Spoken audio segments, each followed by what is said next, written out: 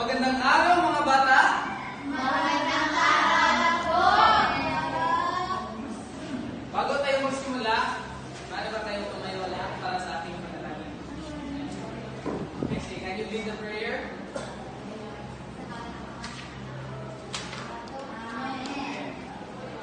Bago tayo magsimula, bago kayo umupo, mag-iayos ang iyong upuan. Salamat. Tapos, sino ang lumiban sa ating klase ngayon? Shaina. Alright, so, bago tayo magsimula, meron akong ipapakita larawan sa inyo. Tapos, ano ang alam nyo tungkol sa kanila? Alright. At ano ang kanilang pagkakaiba bilang hayop? Alright, so, ano? Okay, so, meron akong inihandang gawain para sa inyo. Ayusin ang mga ginunong letra upang mabuo ang tamang salita na tutugma sa larawan ito. Okay, Riza, ano yung salita na nasa pagitan mo sa ating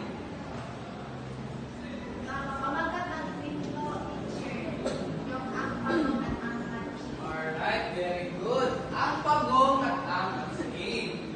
So, bago tayo magsimula, ito ang ating mga layunin. Sa pagtatapos ng aralin, ang mga pag-aaral ay inaasahang una, matukoy ang pangunahing tauhan at kanilang katangian sa pagbula. Pangalawa, ay lahad ang mensahe ng kwento. At pangatlo, makapagbigay ng sariling opinyon sa ginawa ng mga tauhan. Yan ang ating mga layunin.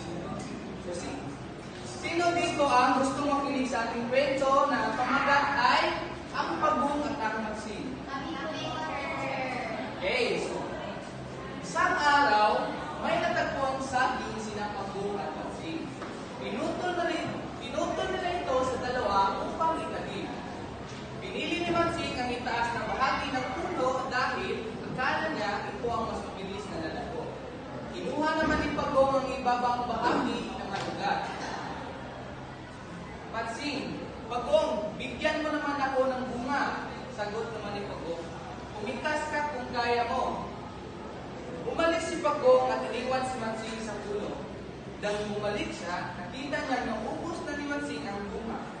Dahil dito, naisip ni Pagong na para upang turuan ang lesyon si Magsing. Ginamit si Pagong ang talino upang matutong lumangoy at lumayo kay Magsing, na walang nagawa kundi pagsisihan ang kanyang pagiging sakit. So, ano ang masasabi mo tungkol sa ugali ni Pagong?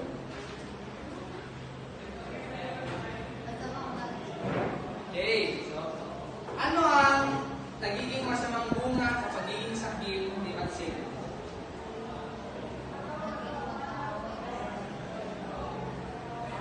Okay, so, naintindihan niyo ba ang ating kwento ngayon mga bata?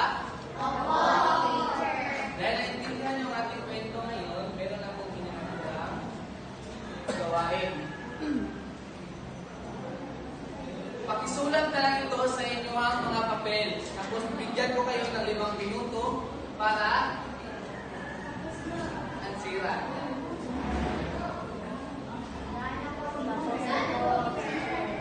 Right. So, sa ating assignment naman, ano ang pangunahing aral na makukuha sa kwento, ang Pagong at ang Magsing? Tapos isulat niyo ito sa inyong notebook at ipas na lang sa susunod nating klase. Right?